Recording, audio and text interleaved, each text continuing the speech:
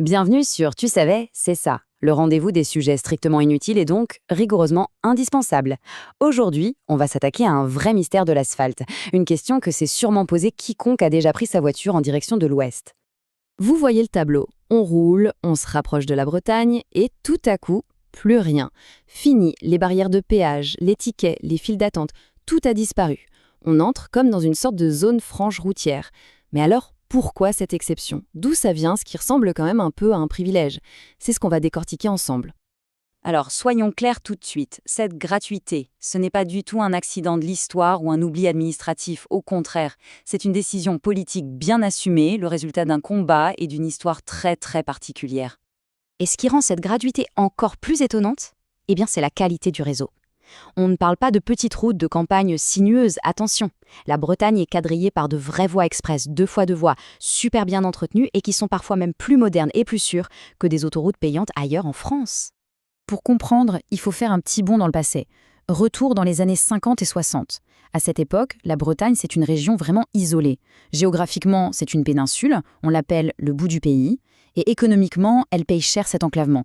Les routes sont étroites, les trains sont lents, bref, se connecter au reste de la France, c'est un vrai parcours du combattant. Cette petite chronologie, elle résume tout parfaitement.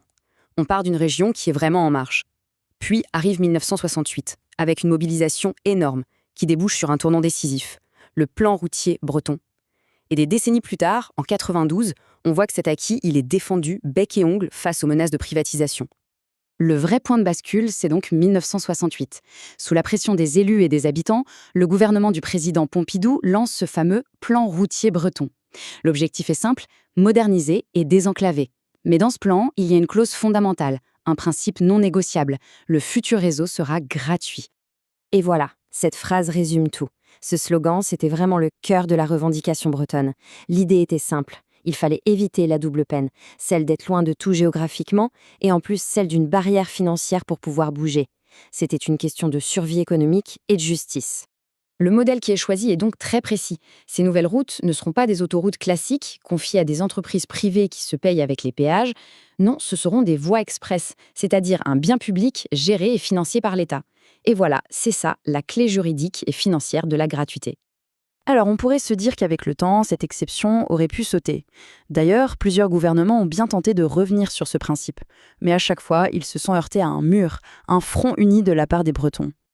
Ce qui n'était au départ qu'un simple plan d'aménagement est devenu bien plus que ça. La gratuité des routes, aujourd'hui, ça fait partie de l'identité de la région. C'est devenu un symbole de solidarité, d'égalité. C'est un acquis social et politique, une sorte de pacte républicain à l'échelle de la Bretagne. C'est la question qui vient tout de suite à l'esprit, évidemment. Parce que des routes, ça s'use, ça demande un entretien permanent et ça coûte cher, très cher. Alors si l'automobiliste ne paye pas directement au péage, d'où vient l'argent? En fait, la distinction est assez simple. Pour nous, les usagers, l'expérience, c'est celle de la gratuité. On circule librement, sans payer. Mais dans la réalité économique, l'entretien, il est bien sûr financé. Il l'est par les impôts payés par tous les contribuables, qu'ils soient bretons ou non, à travers les budgets de l'État et de la région Bretagne. Et on ne parle pas d'une petite somme. Le réseau fait plus de 1700 km.